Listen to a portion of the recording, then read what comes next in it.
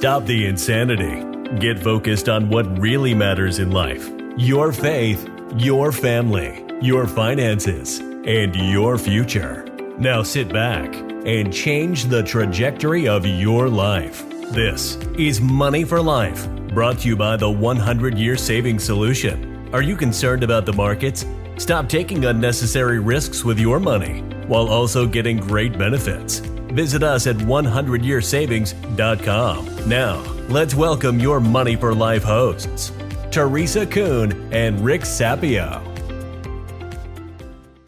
All right, everyone, this is Rick Sapio. I'm here with Mike Simmons. Mike Simmons has the largest real estate mentorship company in the United States. He specializes in helping entrepreneurs create systems and processes and automations that allow them to work on their business and not be a slave to it. This sounds familiar to all of you because Money for Life is all about giving you freedom in those four important areas: faith, family, finances, and future. Mike, thank you for taking time out of your day. I know, these days everybody wants you on a podcast, and we just appreciate it because you are like us. You're aligned with the values and the work style of the people that listen to this podcast. So, Mike, welcome to the show. Thanks, man. I appreciate it, Rick. I appreciate you having me on. Thanks for the kind words, and I'm excited about it.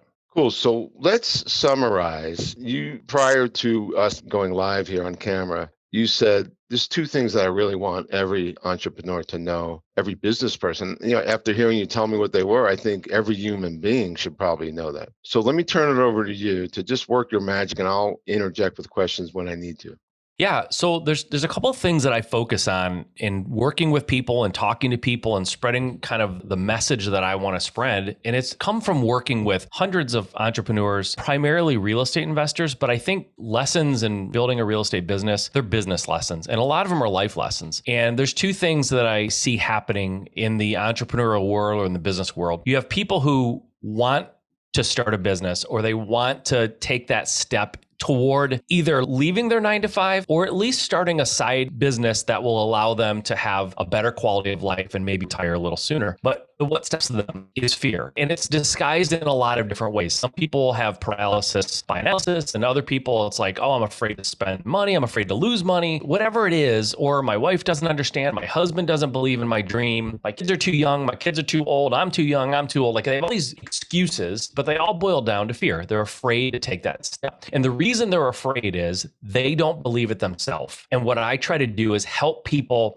I call it the convince me movement. And what it is if I can talk to somebody and they can convince me, I'm not their husband, I'm not their wife, I'm not their friend, I'm not their brother or sister, I don't know them, and therefore I'm not overly concerned about hurting their feelings. So if they can convince me that they have a plan, that they know how to take that step and they're going to be successful, if they can convince me of that, I'm nobody, but I am potentially the investor they want to convince to loan them money. I'm their wife or husband who they want to bring on board with this whole thought, but they don't know how to do it. So if they can convince me, I know they believe it, right? That's the key. They believe it. And as soon as they believe it and they have a plan that they can articulate to their friends, their family, their loved ones, whoever it is that kind of is in their way, I know that they can move forward. But until someone believes it themselves and actually has a plan to execute, because that's the big thing, right? Rah, supportive words, motivation is fleeting. It goes away. It doesn't last forever. And so I don't try to fill people up with "you can do it" message, because the next morning they're going to wake up and go, no, I can't.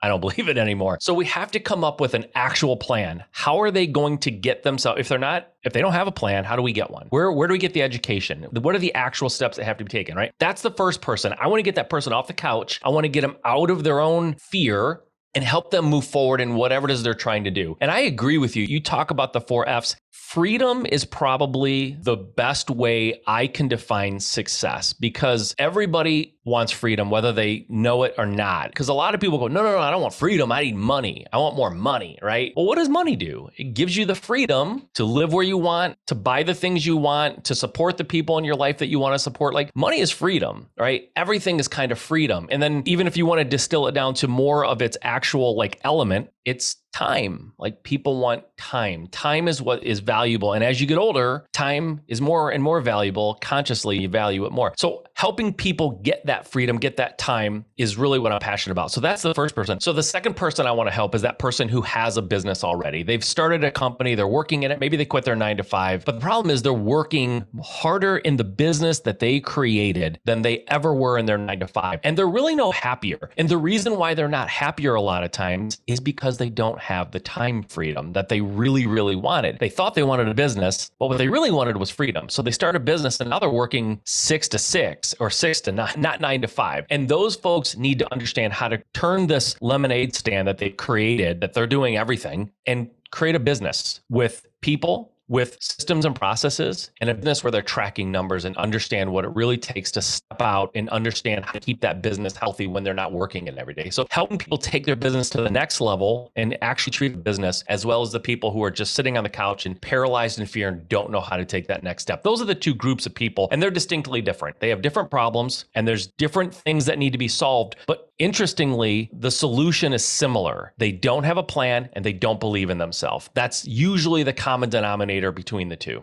So let me ask you, with you, you've got 3 kids, you've got this business where you're helping people get on purpose and grow a business. You also invest in real estate. So how do you manage it all? And then I want to get to the plan, because I think you said some really key things. You talked about a plan, but even people with a plan don't often execute. Let's unpack this. But the first thing is, how do you do it all? Because you've got a lot going on. I do. I actually I don't put it all in my bio because it gets ridiculous, but you're right. I have a ton going on. 2 things that are working in my favor when it comes to being an entrepreneur. Number 1, I have insane risk tolerance. I don't stress out over calculated risk. Calculated risk doesn't bother me. I think that's all it is when you're running a business, a calculated risk. So I don't stress out over that stuff. And I'm really good at departmentalizing. Spending time with my family. I'm fully there with my family. I'm not texting my business partners and things while I'm doing that. So I'm able to compartmentalize, and I'm also able to handle risk without stressing out. And so that helps me tremendously. I have also learned to understand how I work. So I don't fit into a 9 to 5 mold. I never did. I was never great at that. I'm not a morning person. I understand there's the miracle morning and I get up at 5 and make my bed and work out and I get more done before 9 a.m. than most people do all day. I don't. I get nothing done before 9 a.m. and I get really irritated when I have a 9 a.m. meeting. So my meetings are scheduled after 11. I get up in the mornings and I have coffee with my wife for about an hour and a half to 2 hours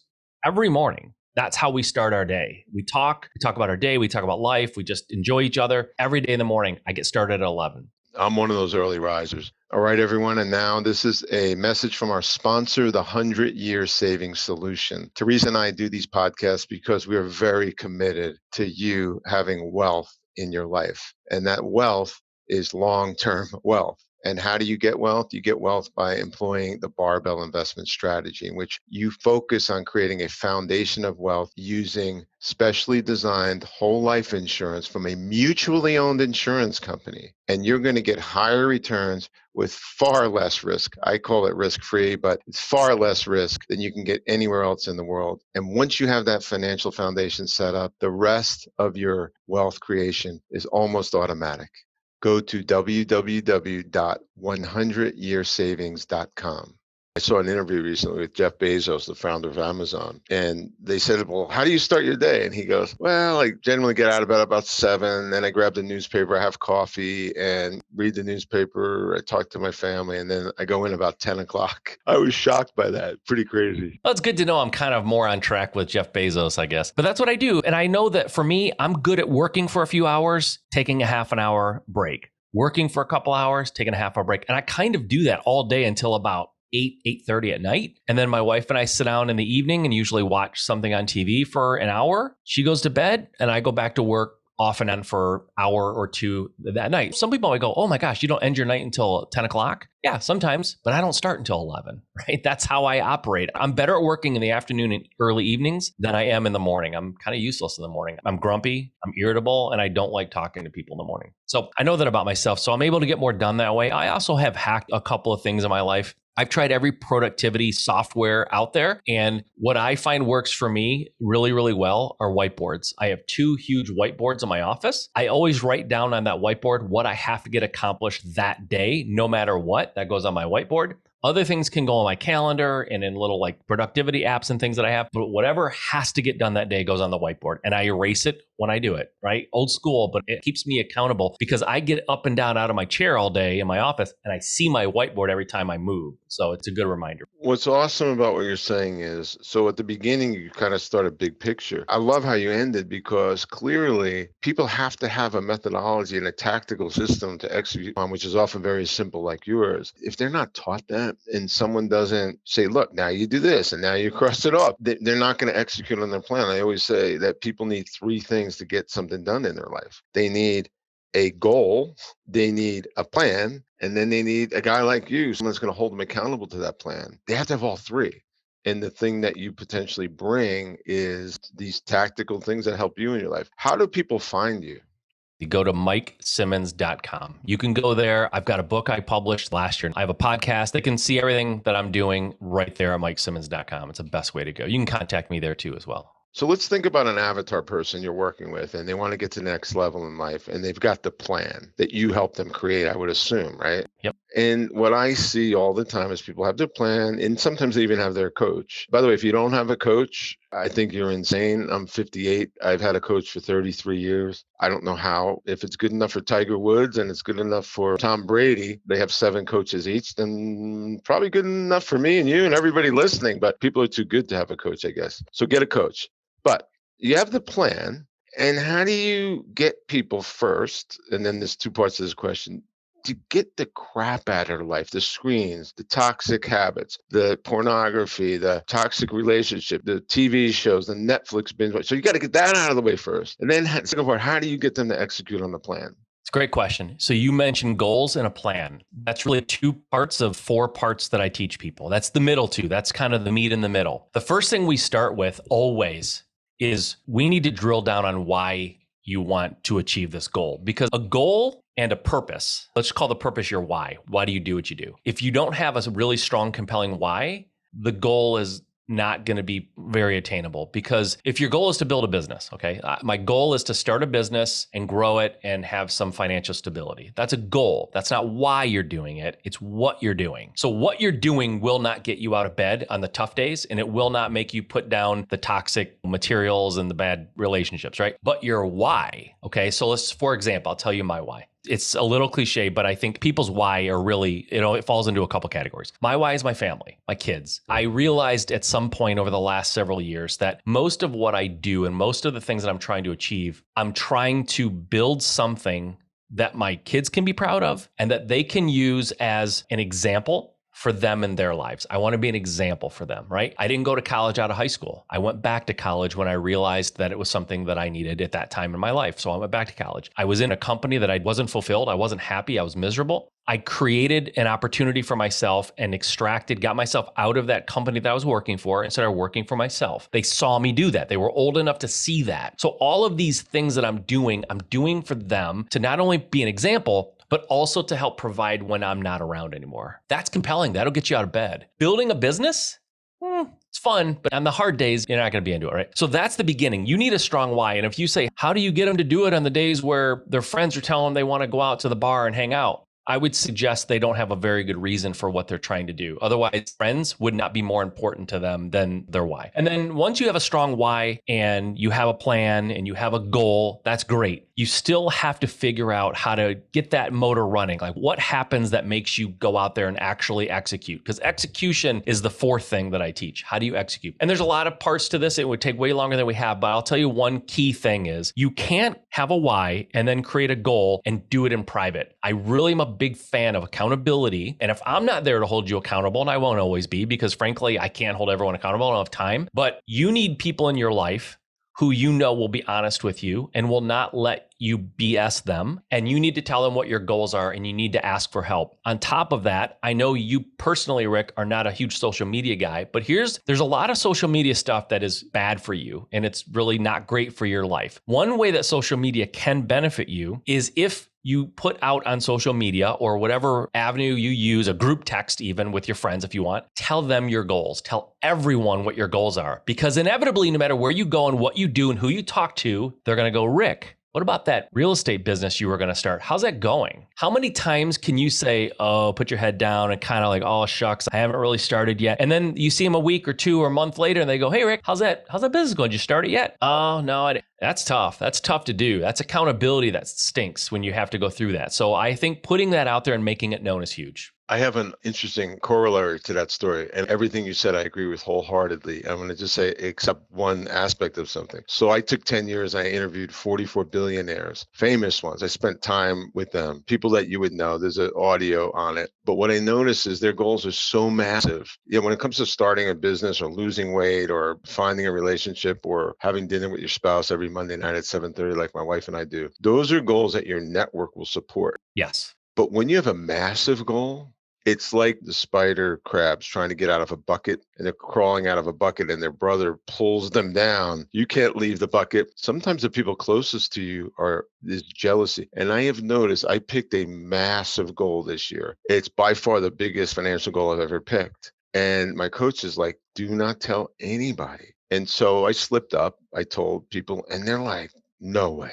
There's no way that's your goal. And they start fighting you. So I have learned from the billionaires that I know and do business with and from my coach, it's better not to say anything. But you have to build up to that level. Let me throw this in there, Rick. Let me say this. I hear you and I agree with you. But here's the one part of the execution thing that, like I said, we could talk about this for hours. But here's what I would suggest. Jeff Bezos probably has even a bigger goal than you have, probably, right?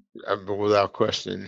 World domination. I don't know who his friends are, but let's just say for a moment, Warren Buffett's a friend of his. Let's just say Jeff Bezos could sit down and share his goals with Warren Buffett, and he would be supported and he could potentially be held accountable. So my caveat to what you said would be, yes, your family and friends are not the people to tell about big, huge goals because they are the crabs and they'll pull you down. They love you, but they're going to pull you down. You need to surround yourself with people who are like you, who have lofty goals and expect a lot from themselves. That's the group that you can share your big goals with. But that goes along with another part of what I teach people is you need to surround yourself with the right people. You need friends that inspire you. You need to hang out with groups of people who are doing bigger things than you so that you're inspired. That's where I think you tell those goals. I'm inspired right now because what you said is 100% right. So everyone listen, if you're afraid to, and I have to admit, there are people that ask me my goals and I'm not telling them. What you demonstrated perfectly is I'm not telling the people that there's a risk. However, if one of these people that I mentioned calls me and says, what's your goal? Absolutely, I would tell them. So I need to upgrade everybody that I'm spending any time with. And I call it a toxic cleanse. I know it sounds horrible, and we've done a podcast on this, but Frank Sinatra said, I couldn't have been Frank Sinatra unless I cut off my past, because there was no room in my past for me to be the most popular entertainer in the world. And I know that story because I grew up in Hoboken, a few blocks from where he grew up, and my grandmother was best friends with Frank Sinatra when they were kids. I think they have the same exact birthday and year. And I just heard this story, like, why did Frank vanish from his hometown? And the more we can shed our past and the toxicity from the past and friends that hold us back, and the more we can surround ourselves with people that we want to be like, the better off we are. I think he made a massive point. And I realized as he was saying it, he's right. Why am I telling people that don't support me, my goals? Well, first of all, they shouldn't be in my life. That's the point. Well, you know what? There's always going to be people that maybe fall, not toxic might be strong, but there are those people, they need to go. But you have family members that aren't necessarily the people you want to tell your big goals to, because sometimes family members will be those crabs, but they're pulling you down because they're jealous or don't want you to be good or succeed. They think they're protecting you. So they'll pull you down to keep you in the safety of where they are. But they don't realize is they're pulling you back, but they mean well, and they might be moms and dads and brothers and sisters. It's tough to cut those people out of your life, and you probably shouldn't. You just have to understand what that relationship is and what it's not. And here's what's funny, and I'm going to give you the last word, but I could talk for an hour about the number of teachers in my life who told me, you're not good at that. You'll never amount to anything there. Stop putting your time there. You don't belong in college. And these are people that we trust. And they're all around us. And so one of the things that we all have to develop, and you're pointing to it here, is the ability to discern. I say to people all the time, what you think is none of my business. It happened today on a call. I'm involved in the board of this very successful company. I'm all excited about being on the board. The chairman of the board called me and he says, listen, you had an argument with so-and-so on the board, and we've decided that we don't need your services anymore. And I said, well, what did he say? And he basically said some story that wasn't true. I said, okay, thank you for calling. And he said, you don't have a comeback to it? I said, well, if we're on the phone talking about something that is clearly not true, like, what am I going to say? And I hung up the phone. He called me back 5 minutes later and apologized to me, because me not reacting to what someone else thinks about me allowed me to keep this very lucrative board position. But had I exploded, so my point is that it's very good to be aware of your strengths and weaknesses, but not let somebody else's opinion of you, especially your goals, affect you. Totally. Could not agree more. Could not agree more. Any final words, Mike? Listen, I didn't tell this part of my story, but I spent 5 years of my life hating my job, knowing what I wanted to do, and doing nothing about it because I was afraid. I was afraid to look stupid. I was afraid to tell people. I was afraid to take action because I was afraid of failure. It was all fear-based. And once you realize if you're unhappy in your life and whatever it is you want to change, if you're unhappy, there is certainty in what will happen if you do nothing. You know what your life will look like. Taking a chance, taking a risk, doing something, stepping out of your comfort zone to change your life for the better. There's a chance something could go wrong. There's a chance you could fail, but that's a chance. You have certainty with what's happening and you have hope with what you want to do. I say always go for hope, like always opt for taking the chance on betting on you and giving yourself hope for a better future rather than stay in the certainty of where you are and being unhappy. Yeah, that's great advice. I think Michael Jordan said, I've missed every single shot that I didn't take. Yep.